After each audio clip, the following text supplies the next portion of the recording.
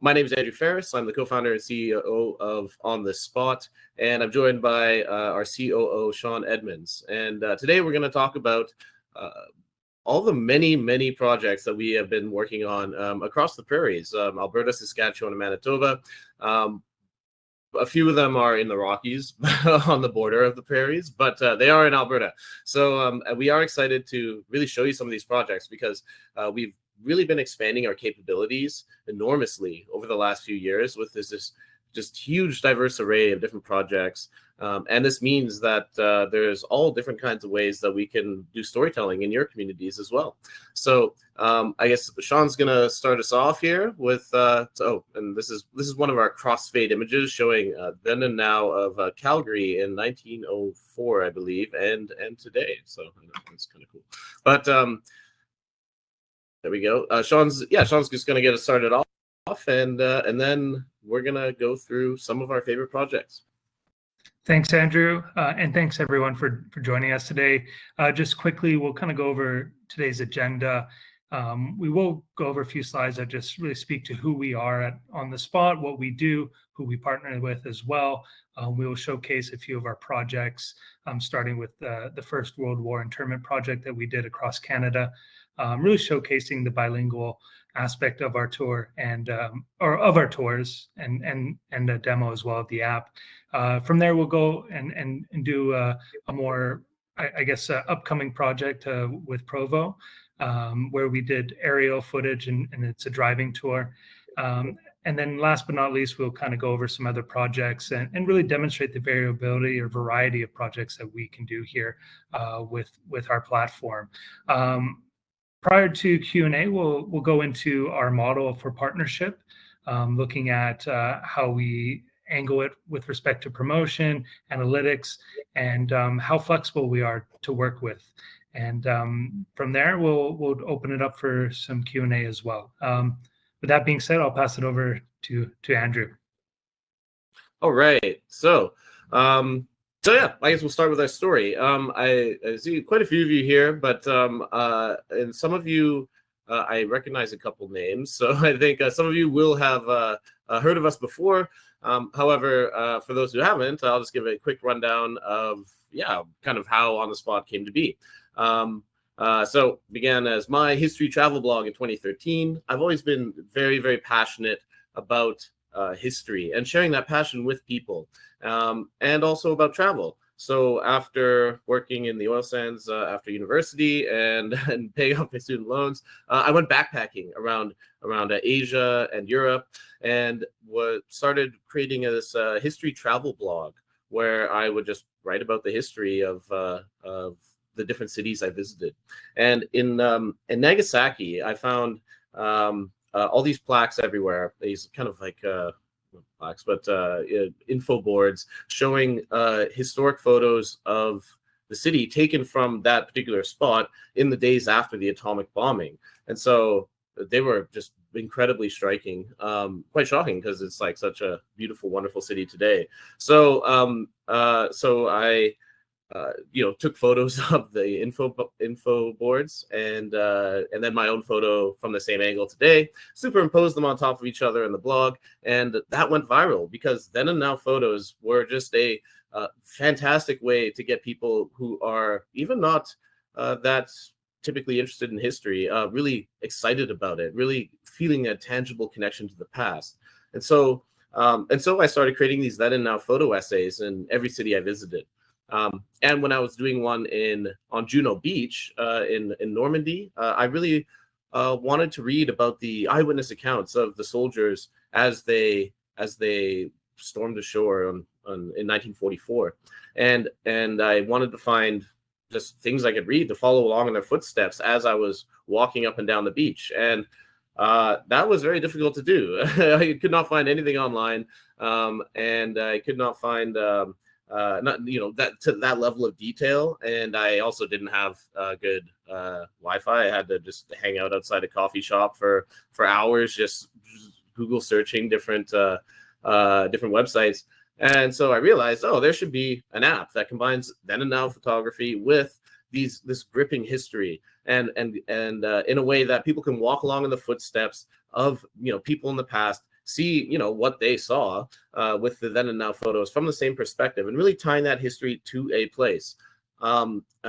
Furthermore, I really wanted to help make this high quality history free and accessible. Not kind of cheapening it, dumbing it down, making it like not like AI generated or something, but like making it very something that people could go back to and refer to.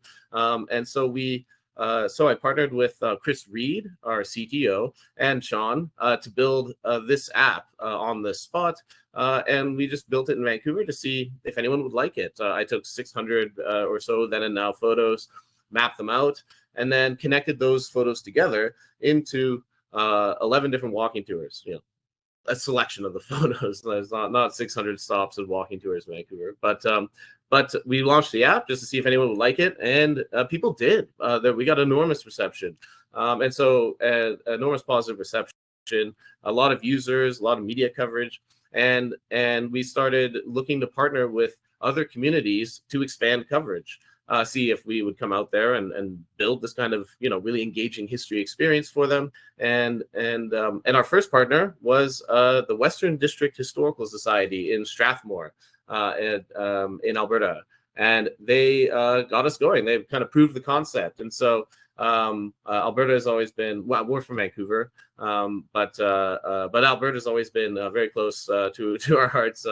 And also me for having lived in Fort Mac for a few years. But we were able to, with that first boost, we were able to start expanding coverage. And since then, we've grown to cover around 130 cities in various countries around the world, but in all 10 provinces as well. But a huge chunk of them are on the prairies, and we keep going back there, and we're working on more projects there right now. So we have moved on from just doing these then and now photo tours. That was kind of our bread and butter at the beginning. But now we also do audio tours, both walking and hands-free driving tours. We also do 360 virtual tours, both inside museums and well, from the sky, which is an outdoor ones, which are kind of cool. We also can do tours on pretty much any subject. Public arts. We do mural tours. I don't know if you can see behind me. I'm just in Duncan, British Columbia right now, working on a totem pole tour. It's a city of totems. They have 40 totem poles, and we're creating videos to fit into this virtual tour at all 40 of these totem poles. We do a lot of videography now, which we are finding that is especially good for doing Indigenous history and Indigenous storytelling as well, because it's not appropriate for us to come in and write that history for them. I've been working with elders in Nanaimo, British Columbia, to record their stories and create those into video-based tours, and they're really fantastic. Although they're kind of outside the scope of this webinar. As well, we also do white label apps. Some of our partners want their own app. So we have just launched our first white label app. It's it's like on the spot but reskinned for a different city, and they can style it however they want, and we just run it for them. And then also we do translation. We have the app is available in 5 different languages now, where certain parts of it are certain tours. And we're adding more all the time, and we're really hoping to start adding some Indigenous languages too. So we have a lot of offerings. And so for our Prairie partner communities, as you can see, Alberta has kind of been Alberta has been our bread and butter. But the reason for this, and then we've been expanding quite a bit in Manitoba lately. And we have a couple more projects on the go there right now that are not on this map, and a couple more in Alberta that are not on this map. And then we've done Saskatoon, but haven't expanded too much in Saskatchewan yet. But I suspect the reason for that is what we find is that whenever we launch coverage in a new community, then other nearby communities see that, and they're like, oh, I want that for our community, and they get jealous, or the word spreads by word of mouth. And also, whenever we launch somewhere, we get a big user base within that community, especially within the larger cities. And so the smaller communities nearby, because we keep all of our cities within a single app, if you open the app, say in Calgary, well, then it will show you a list of all our partner cities sorted by distance from you. which means that, so someone in Calgary opens the app, they will see, next to the list will be Okotoks and Strathmore and stuff. And so we're able to, where all the, show to our users where the most users are, which is in the cities, also nearby smaller communities, and get them to realize, oh, there's cool history there, there's cool walking tours and stuff, and they can plan day trips. It's really good for planning day trips. So over time, we begin expanding, wherever we kind of get our foot in the door, then more and more communities jump in. And so you can kind of see that here in Alberta and increasingly in Manitoba. And I suspect soon we'll be getting some more developments in Saskatchewan. I can see a couple of you here, I believe, are from there as well. So we're excited to keep working and developing those projects. So what are our major projects that we've been working on that we want to show off? Now, the first is our most ambitious project to date, which is our First World War internment operations, Canada's First World War internment operations, which was a nationwide project covering different tours on every different single site of an internment camp or receiving station for so-called enemy aliens during the First World War. It's a pretty brutal history, actually, that is largely forgotten. Most of the people who were those who were kind of deemed enemy aliens and sent to internment camps were basically poor Ukrainian men who had emigrated from the Austro-Hungarian Empire. And they were very brutally discriminated against and sent to build our national parks in appalling conditions. So at Banff and Jasper, they had a couple camps. Our Banff project, our Banff tour was, oh wait, I'm supposed to skip this one. Oops. All right, I'm on this.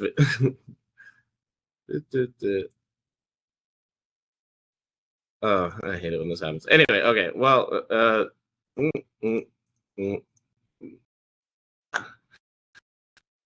the first 30 seconds is kind of Vancouver irrelevant, but until we get to Banff. But anyway, as I was saying, we covered all this different history at all these different camps all across Canada. And the Banff one was kind of our marquee tour there, where because it was, basically it's the most well documented camp, and it's also at the site of the Cavan Basin National Historic Site. So what we, which was, kind of I guess like a dark history for the fact that it is, a place that millions of people visit today every year. But as you can see, here's a list of all the different sites that were included within our First World War internment operations. You can see here we have like within these kinds of project themes. And so within each city, so Banff, this is a picture of we create like crossfade images. That first one is a picture of internees walking into the camp after work duty. I also did like a bunch of different then and now photos around the town. But as you can see, that's the Cavan Basin. You may have visited it before. And this tour, Canadian Dream to a Canadian Nightmare, was one that, I put a lot of elbow grease into. We were commended on it by one of the foremost authorities on the subject, the academics who have studied this. So I was quite proud of that. And what you can see is you can follow along step by step. There is an audio, so we've audio narrated all of it, so you can listen while you walk. And we kind of go through. Each stop is a then and now photo. It's where a photographer was standing when they in historically, and so we've gone to the same spot, map that out, and you can compare then and now. And also that camera button there means that if you go to that spot, you can create your own then and now photo. It creates like a ghost of the historic photo, and then you can kind of line them up yourself. And this is actually proven to be a really a cool tool that's popular with young people, especially. 6, winter, as you can see in this picture, taken from the same set of photos. So there's my voice. We had Joni, our very talented French translator, do the audio.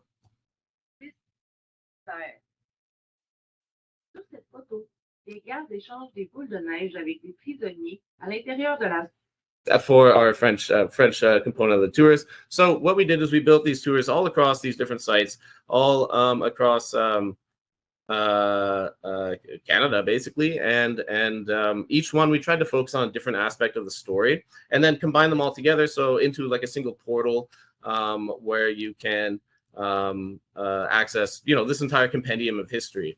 We also have like this nearby view, which shows you what we do is we take a lot more then and now photos than we need. So a lot of these are not related to the internment story, but what we want people to be able to do is walk around any community that they're in and just find, what any spot that they were at looked like once. If they're wondering, oh, this is a historic building, they can pull it up and see what it looked like back in the day and learn some of the history as well. So that basically, we also covered Jasper. There's a major camp in Lethbridge on the convention center. At Lake Louise was, nearby, was one of the sites. And Nanaimo also had a small site. There was a receiving station in Winnipeg, a small one in Brandon, and small ones at Munson and Eaton, Saskatchewan, which were kind of like railway sidings, basically. So that's that. Yeah, that project was very exciting, very ambitious. It took us we worked on it for a couple of years, and we have received great feedback on it. We're really excited about just covering this largely forgotten aspect of Canadian history, and being able to really do it justice. It's kind of disgraceful part of our history, but one that deserves to be remembered. So next we did, well, not next, but what we're launching right now is Provo, is a major project for the Provo district, which is, on, as you can see here, on the Alberta Saskatchewan, just near the border there, in central Alberta. And what we did was a then and now historic walking tour, an audio driving tour, which connects these various sites, and a virtual aerial tour. So the audio driving tour, so you have an idea of how the then and now photos work. The audio driving tours are we kind of narrate. So we start at the visitor center, and then it goes down to the museum, explaining what you're going to see. Trying to get people to get out and visit, and talking about some of the history. And we time the segments to the driving time, and so it can be hands-free while you drive. So you go down here next. Once you go to the museum, you can go to Rosenheim Church, which is a beautiful historic church, which I'll just show you in a second. And then finally to the Bodo Kill site, which is it's not a buffalo jump, but it's a buffalo run where or buffalo corral, I guess, where indigenous people for like 6,000 years had gathered to corral buffalo and slaughter them. And it was one of the historians writing about it described it as the most effective and the term, but the basically the greatest bonanza of food, the most efficient way of gathering food by humans at any point in history anywhere on Earth. It is so these buffalo runs were just extremely valuable sites, and so to incorporate these several areas. Well, first we did the audio tour, and also what we did was here. Let me show you. This virtual aerial tour. So what we do is we can put the drone up in the sky, and combine several of these kind of virtual tours together. So we have this as this at the start of the tour, as you can see, is a kind of a gateway to the 4 separate tours that we've created. So you can see here, there's the museum. There's Main Street Provo, St. Norbert's Church in Rosenheim, and the Bodo Kill site. So as you can see, we can kind of the high quality photography from the drones, and what we want to, and we can do these then and now photos, and also so each of these kind of we can hive off into a separate tour, so we can combine a bunch of different kind of mini tours within this one framework, a virtual framework. And then what we want to do is make this this virtual tours, these virtual aerial tours as a kind of middle layer between the map that you see, that we've been looking at, which has all these dots on it. And then here where we have all these spots that we'll be adding in that you can, bring up then and now photos, and it kind of like jump down to this rooftop kind of view as well. As you can see, so we are making a lot of these now, but this is our first kind of one that we're just launching here. We're at the museum here. Now I suspect this kind of format works really well for these outdoor heritage sites, of which we've done many in these heritage villages, of which we've done many across Alberta. We can layer on video, audio, any kind of multimedia here as well, just as we do at the map. And then there's also a map here as well if you want to view it. There's also say the Bodo Kill site here, which is fascinating. They're doing an archaeological dig. I did extensive interviews with the chief archaeologist here, and it was just a fascinating experience and really really wonderful. Oh, I see we might have a question.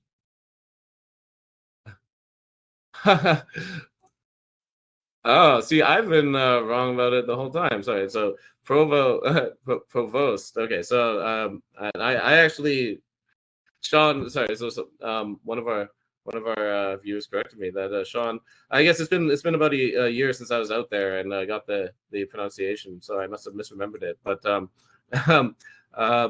Sean called it Provost earlier, and I corrected him and said no, they pronounce it Provo. And it turns out I was the one who's wrong. Anyway, so also we do I'll just quickly show you in Fort Macleod we did a virtual, so we can do indoor virtual museums as well. This was and we can do them, as you can see. This is all kinds of different skins. These ways that we I'm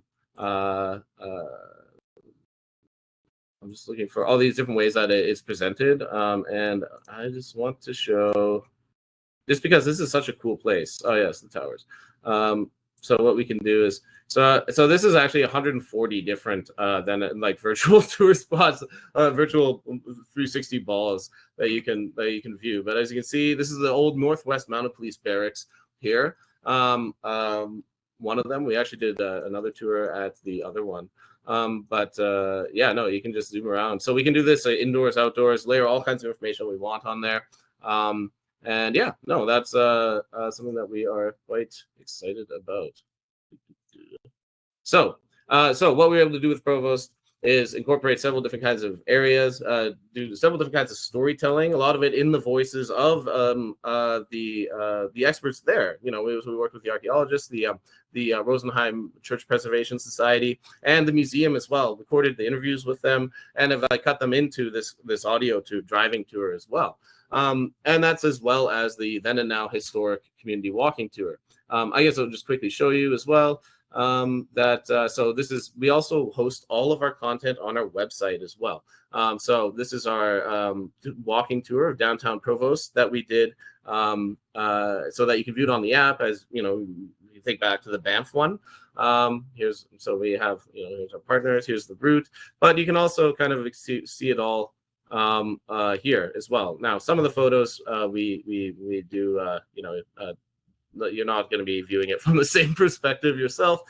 We do aerial drone then and now photos, which I love, and then sometimes we'll slot those into the tours as well. The way we do the writing is also important. Is we have a skimmer, dipper, diver approach. So we feel like the skimmers are people who are interested in, say the photos, for instance.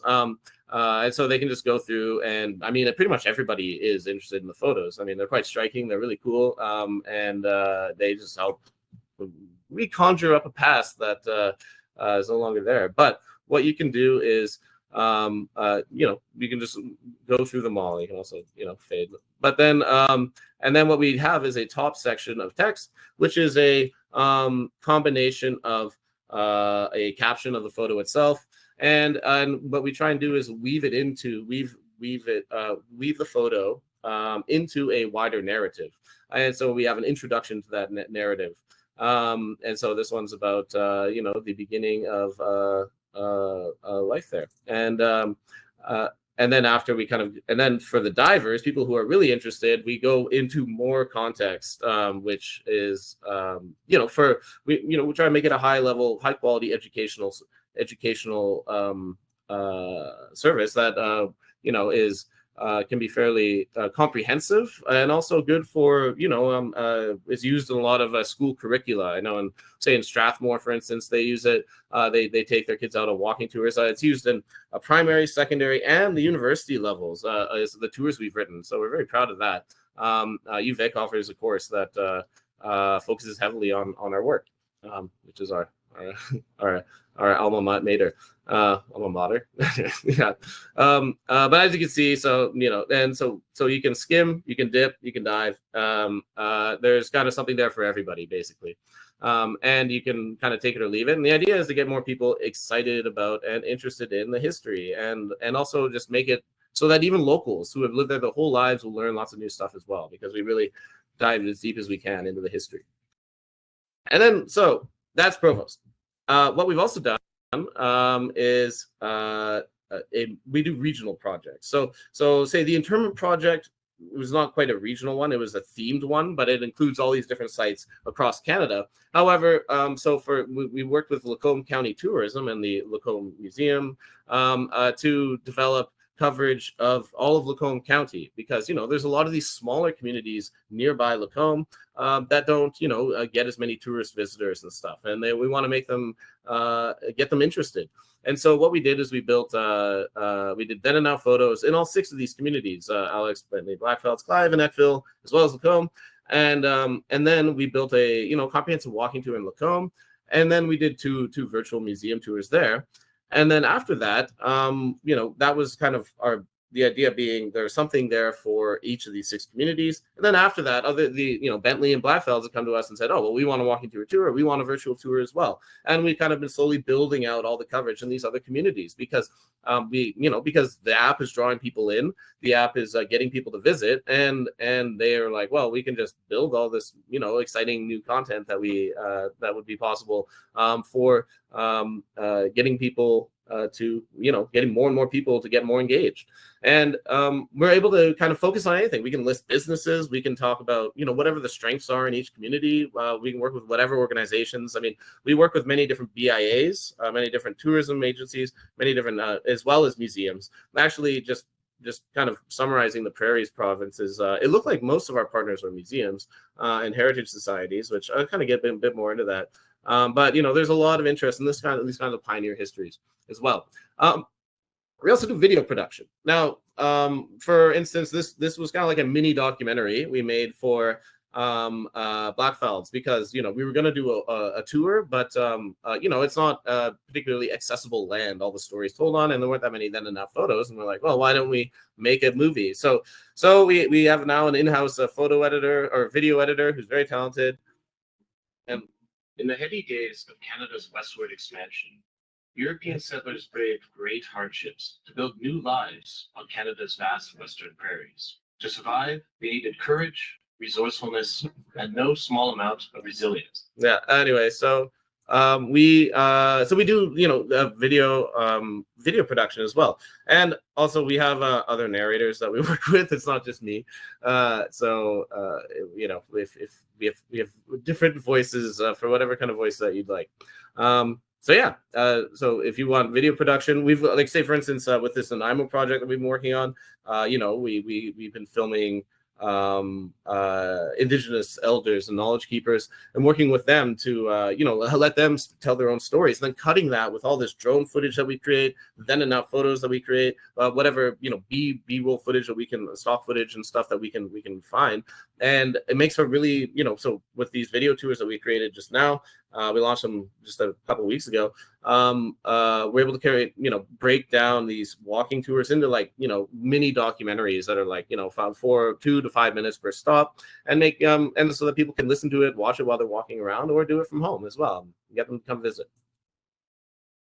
Andrew, just on the video footage and accessing, say, the virtual tours, it is accessible not only just in the app, but also on the website.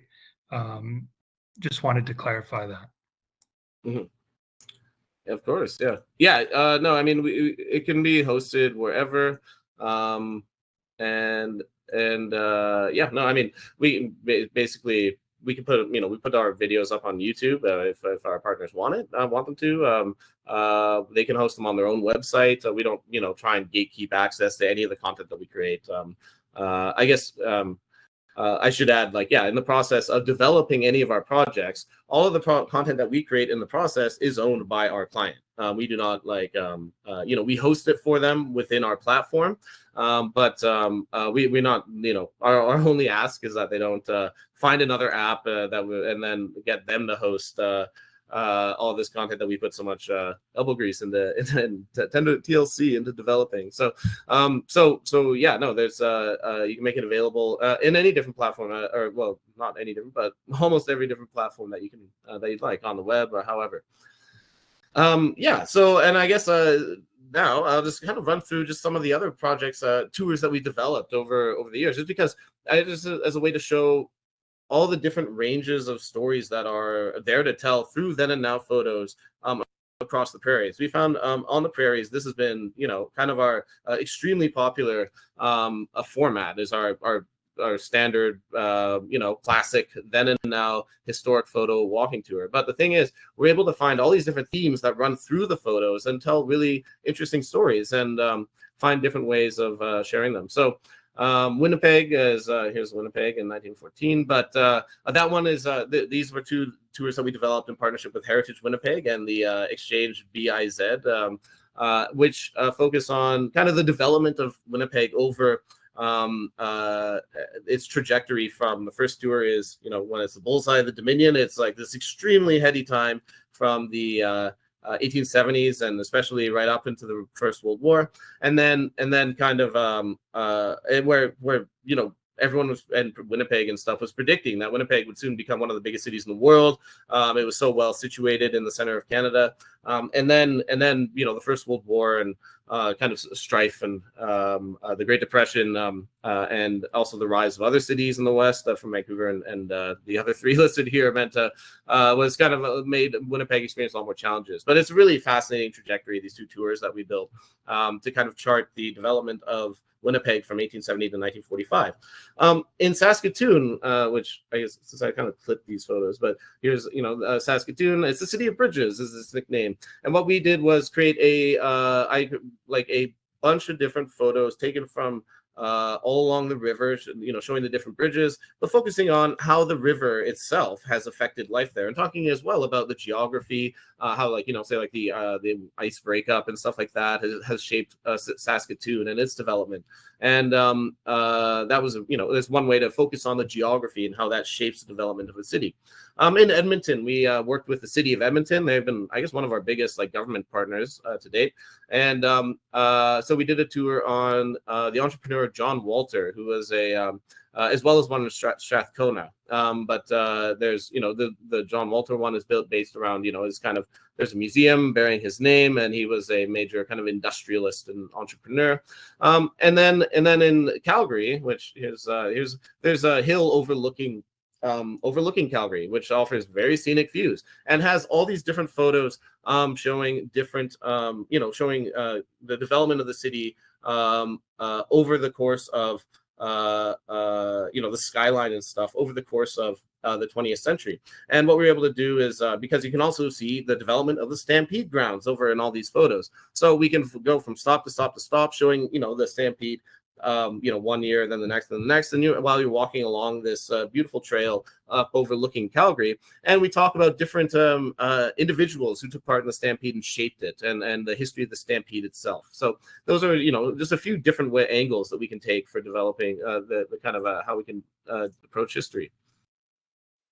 And then we do a lot of other ones.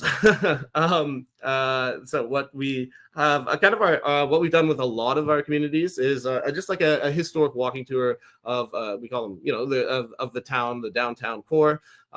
So the Pa, Gleason, Strathmore, for example. These ones do is chart the, generally start with a few stops about the development of the town, how it came to be, maybe focusing on, why it was there, who were the original inhabitants or the early inhabitants and pioneers, and then kind of having a middle part that examines different businesses and historic buildings and individuals. Say if there's a church, we talk about how the role of religion and stuff has changed in community life in all these prairie towns. If there's a pharmacy, we talk about how kind of pan out a little bit and talk about the role of the key role of pharmacists in early 20th century towns, and also, but using examples from within that community to kind of illustrate a wider point. In Lacombe, we did a murder and mayhem tour, which because they've had a lot of fires, a lot of murders, and a lot of it was kind of more of a bit more of a salacious style tour. That you might get. That is kind of quite popular with, say, the sort of, we have Forbidden Vancouver is a walking tour company here that does those kinds of stories. We also, so I showed you actually the Fort Museum in Fort Macleod, but also there was another, the main former barracks is actually not the site of the museum. It is basically an empty field nearby. And it is heavily underutilized, and so they were wondering, how do we get people to how do we get reignite interest in this site, and maybe it'll can help get the province funding to help preserve it and start restoring it. And so what we did was a then and now photo series of the barracks, that once stood there, and make a walking tour there, and that has actually been extremely successful. And raising awareness of this site to the people in Fort Macleod, and as making it actually a tourist attraction, like that wasn't even there before. I mean, wasn't even marketed as such before. We did a major project in Powerview Pine Falls. This is a great one, a recent one, and a nice big one that was really fun to work on. It has a fascinating history. We won't focus mostly on. It was founded, I guess, after the First World War, I believe, but as a pulp mill, and mostly based around a pulp mill. And the idea, the guy who founded it, wanted to plan it using all like the highest values and of modernity, and making it the most like perfect community for the people there. And so this focuses mostly on post, well, I guess I believe it's actually Second World War history, which is kind of usually we focus on before the First World War, but this is just such fascinating kind of that kind of very optimistic 1950s kind of history as well. In Stonewall, Manitoba, this was really cool, and I really loved it. But because it's the town was built around a limestone quarry, and what we did was we focused on this the limestone quarry park, which as you might have guessed, is a park that was once a limestone quarry. And we were able to find all these then and now photos all throughout the park of the actual limestone quarrying happening. Match them up with actual like rock indentations and stuff from that from the 1920s and stuff like that, and as well as in some of the kilns and stuff like that, and turn this kind of historic, kind of oddly odd park with all these strange rock formations because of the former quarrying into like this outdoor adventure. It was really cool. I just thought it was like a fantastic way of doing storytelling. In Vulcan, we did a town tour, but what our partner there at the Vulcan Museum has done is gone around and layered on as well a bunch of interviews that she's conducted, audio interviews with old timers, people who have lived in the community their whole lives, and getting them to share their reminiscences. And we just so at these different spots throughout the community. So we've added these into the original walking tour as well, so that you can both read about the history, but also hear these kind of personal stories and reminiscences from people who are there. And this is a great way to preserve those histories and also mobilize the community to get them really interested in a kind of getting them to take part in a project, getting community buy-in, and preserving these invaluable stories that aren't going to be around forever. Another thing we can do is, with this then and now photo model is reconjuring buildings that are gone. And this really gets people pretty emotional a lot of the time, I think.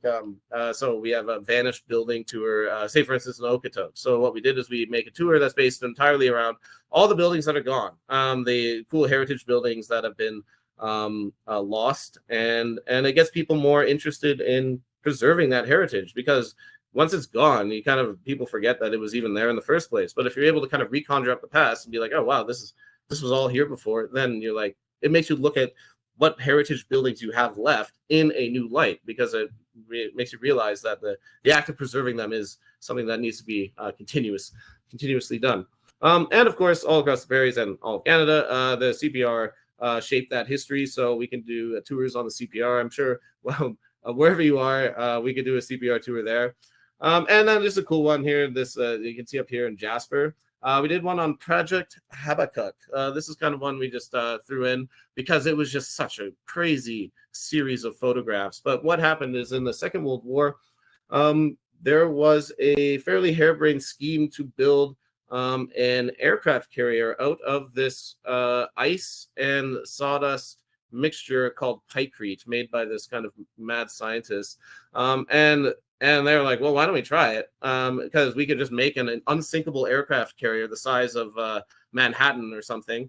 And so they tried making this, doing all these experiments with this ice aircraft carrier in Christina Lake by Jasper. And so on the frozen lake, we have all these photos, from the water's edge that we took, telling the story of Project Habakkuk. And obviously, it did not work. They figured, I believe it would have cost like the GDP of like the entire United States to build one or something like that. So they scrapped it, but it's still sitting there. The little pilot prototype that they made still sitting there at the edge of the lake, and you can go scuba diving on it today. Yeah, so I mean, that's just a lot of different Alberta, Saskatchewan, and Manitoba projects that we've been working on, and that we have developed over the years. And I think there's no shortage of potential for doing them in your community. Just to kind of give you an idea of all the different kind of themes and ways we could go about it, and the different approaches that we can take. Now, this is actually outside the Prairie provinces, but I just wanted to quickly touch on it because this is something really cool that we're doing now. But this is the first one that we've done, is a white label app. Now, this is an app that is your app. We can make you an app. And so we are making for Nanaimo. We've launched it and explored Nanaimo app. And it has the same functionality as our app, but we just have your own city's content in it. You control the content, and then we just host and maintain it for you. It's the same thing. I guess, I don't want to get into clicking around here. I gotta change that. But we can add in business listings, all kinds of different stuff. Basically, we're adding in for them a bunch of travel itineraries, which is a new thing. A bunch of different features so we can customize it. We can customize it for you however you like. We're in talks right now to do a major scavenger hunt gaming app as well. That would be another white label app, and this would be in Alberta. I shouldn't say more than that, but we can do all kinds. If you have ideas for an app, you come to us. Chris is very talented and skilled, and we're always looking to kind of add to our put another arrow in our quiver of our different capabilities. So if you have any questions about a white label app, don't hesitate. So yeah, that's those are kind of what we do, and the main all our main kind of deliverables that we do. But we also can help, and I guess we're entering the partnership section here. Let's see, Sean. So it's like. We also do analytics and promotion. So our analytics, we can provide you with quarterly analytics reports upon request. This is basic. We're building out kind of more of a fine-grained analytics report. So this is one that I kind of pulled at random. This is an old quarterly report from, I believe, like spring of last year in in Okotoks. And so what we can see here is these are all the black spots are our spots. And these is all the spots where people have been using the app. So we can actually, within like a small snapshot of time, and we can track that. So what we can do is show how many people are visiting your community using our app, or how many people are, in your community using the app, and where they're going when they're using the app. If they are walking around in your community, if they're walking by businesses, if you want to see how many people are taking the tour, we can show you how many, what people are looking at when they walk by a certain street, right? And how long they're doing it. We can get pretty fine grained about it. And this is, enormously beneficial for especially our BIA partners and chambers of commerce who want to, show to their members, we're getting people walking around in the streets thanks to this app. They're learning about these buildings. They're getting more engaged with the community. They're going to feel more stronger sense of place. Even the locals are going to want to come back down here once they feel like they identify more with a place when they learn about its history. We also can do targeted advertising and social media campaigns. We get really good, great rate of return on conversion rates on our advertising campaigns. Because with all the then and now photos, all the art that we create in the process, people love sharing that. It's easy to share. Same with social media. We can create all kinds of social media post templates for you, so you can just copy and paste, schedule out 6 months in advance a series of posts for Instagram, Facebook, and Twitter. We had a co-op student doing TikTok for us for a while, but and it worked pretty well. But it was I don't know. I'm maybe too old for it now, and we need to hire like another young student or something to do that. And then also we're just really good at getting media attention whenever we launch, because it's a good news story. People love to share the art. Reporters love just having art and graphics that they can share. Because it creates a lot of engagement. And so we have, I don't know. I believe at the end there's like we've been showing a strip showing all the different media outlets that we've been included in, and there's we've had over 130 or something like that. I believe I had to update the list a bit lately. We can also make you marketing materials, templates for rack cards, posters that you can hand out around to different businesses around the community. Table tents that you can give to like bars or pubs or restaurants that have QR codes that can lead to get people to open up the content. You can also put these on around the community as well. Like say if you have like info boards or something, you just slap a QR code on the spot, stickers on there, and the people can immediately just go and access it. That's what we're going to be doing in Duncan right now, where I am. We're putting in actually kind of a new system where we're making it, because there's 40 totem poles. It's a very long tour. So what we're doing is more of a, when you're like walking around in a museum and you have like the headsets, and then you see the number, and then you're just like, okay, and you punch in the number on for the exhibit, and it'll tell you the audio that is fit to that exhibit. That's what we're doing in Duncan. We can do that for you as well. Yeah. So I don't know. Is there anything you want to add there? I think it's probably good, but I think. I'll give you a moment to catch your breath. But as far as our partnerships, we have experience over the years of working with a diverse set of partners. Large, small, medium, urban, rural. And the one thing that is great about it is that we have been able to provide consistent quality across all these communities, and provide added benefit with respect to our platform, especially from a unified perspective. Andrew, I think, could speak a bit to the ethical standards of public history, and how we kind of work with our partners and ensure that their input and that they have approved all content before we go live with it, as well as he did highlight that all content created is owned by the partner. And we have a solution really that fits any budget, understanding that urban or larger museums or smaller historical societies may have different budgets to operate with. We have a number of solutions that can work for either. Yeah, no, absolutely. I think pretty much we just we try to figure out, anyone who wants to work with us, we help them, we try and help them find grants, and we help them secure whatever funding, and also, whatever it is, we're like, okay, whatever you got, like whatever is available or however it works, we try and figure out, okay, how can we make that work for your goals and what's the the most that we can do for you. And we come back with a series of proposals, and usually everyone is pretty happy at the end of the day.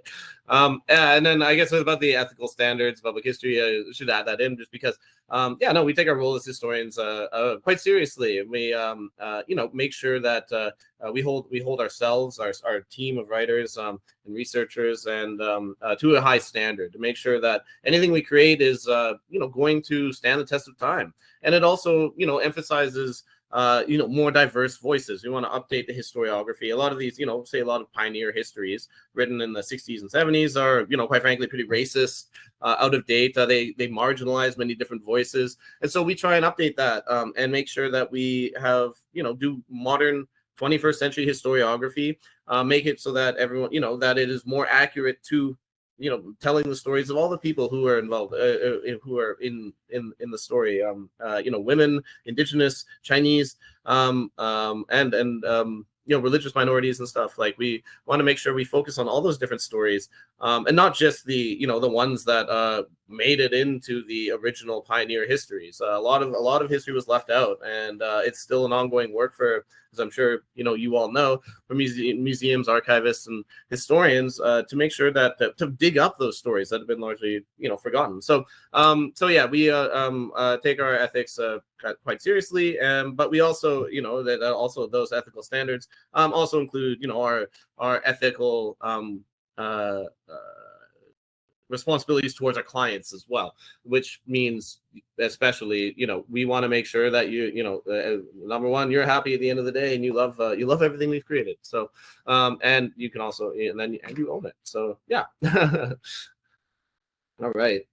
This is another thing that we're doing as well. That is more. We figured we had a slide for it, as it was something that we've been doing more of lately. We kind of avoided it for the first few years, but what we realized is that this is just an easy way of why reinvent the wheel with a lot of our partners. They have existing tours that have been made from the pamphlets or on a website or something, and they're just, hey, we just want to put it in an app. We want to make it so that people can walk around with it on this app that tens of thousands of people already have. So yeah, we do that. We are you can for much, and also this just helps for smaller communities, smaller budgets as well. We can just host content for you, and we once it's in the app, it can be updated. It's very easy to maintain. You don't have to keep printing out new ones. You can just have that. People come into the museum and are like, what do I do around here? You can just be like, rather than having to print out a new run every season, you can be like, here, download this app. It'll do all the rest. So we're doing this right now. We're working on them for Brandon and the regional municipality of Wood Buffalo. And so just once we get those, we'll be uploading them. And so if you want us to upload and host your content, we'll be more than happy to do that. Yeah. So I think that pretty much sums it all up.